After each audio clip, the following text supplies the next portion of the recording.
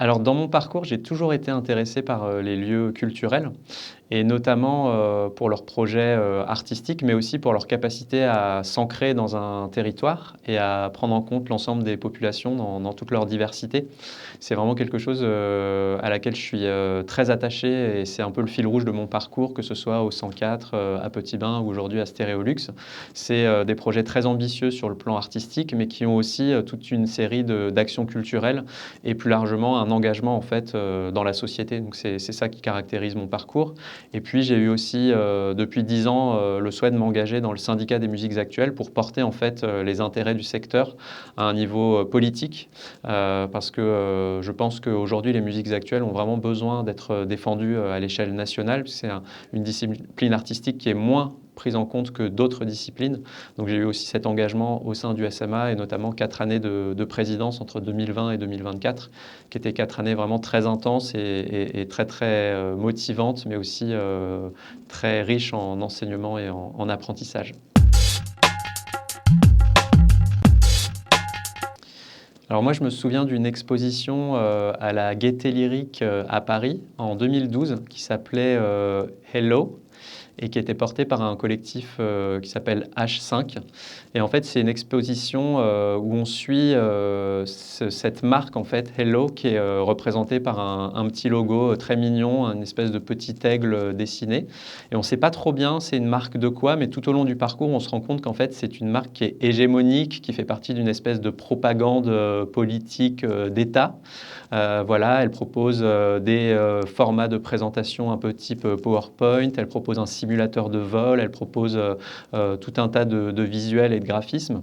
Et on est vraiment dans une espèce de dystopie et j'ai bien aimé cette œuvre parce qu'elle a à la fois une dimension artistique assez puissante à travers voilà, sa dimension graphique et à travers les illustrations, mais elle force aussi à une forme de réflexion sur ce qui pourrait mal tourner demain ou ce qui commence déjà aujourd'hui à mal tourner dans notre société. Moi, j'étais vachement impressionné en fait par tout le travail fait par Stéréolux. C'est un projet qui est très complet.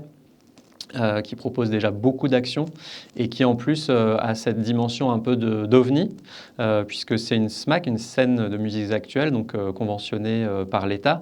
Mais contrairement à la plupart des SMAC, elle a aussi tout un projet dédié aux arts numériques qui en fait vraiment sa spécificité. Donc j'avais vraiment cette image d'un lieu reconnu à l'échelle locale et à l'échelle nationale et un projet vraiment ambitieux et pas uniquement tourné ni vers les musiques actuelles ni vers la diffusion. Donc c'est vraiment cette originalité et ce côté un petit peu ovni qui m'a attiré et qu'on retrouve un petit peu dans mon parcours. Et moi, ma vision pour Stéréolux, c'est déjà de consolider le travail remarquable qui a été fait au cours des dernières années, mais aussi de développer un certain nombre d'aspects, notamment les aspects autour des usages du lieu et de comment est-ce qu'on peut en faire davantage un lieu de vie. Voilà, comment est-ce qu'on peut faire exister des temps de rencontres artistiques, sociétaux, engagés, etc., en dehors de simplement le projet de programmation. Donc ça, c'est quelque chose à laquelle je vais travailler avec mes chers collègues. Et puis, l'aspect aussi de coopération, c'est un aspect qui me tient à cœur. On est sur un territoire qui est extrêmement dynamique en la matière et j'aime bien imaginer des projets coproduits, coportés, co-imaginés avec voilà, les collègues sur le territoire à différentes échelles. Donc là-dessus, je pense qu'on a aussi plein de choses à imaginer.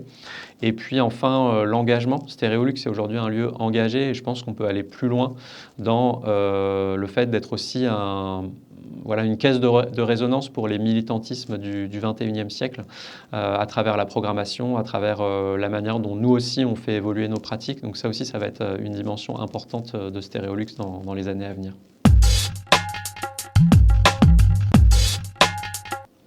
Alors à Petit Bain, je me souviens d'une crue en fait qu'on a subie, une crue de la Seine en 2018. Donc Petit Bain est sur la Seine et quand la Seine déborde, on ne peut plus accéder à l'établissement. Et en 2018, c'est arrivé en février-mars, ça a duré à peu près un mois, donc c'était très long et c'était en plein festival. Donc on a dû non pas annuler notre festival, mais déporter une dizaine de concerts un peu partout dans Paris.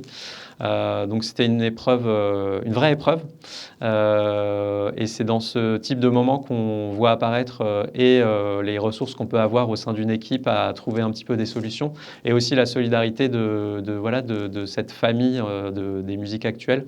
On a eu plein de propositions de différents lieux pour rapatrier tel ou tel concert, donc on a pu sauver la quasi-totalité des événements dans un format complètement hybride hors les murs.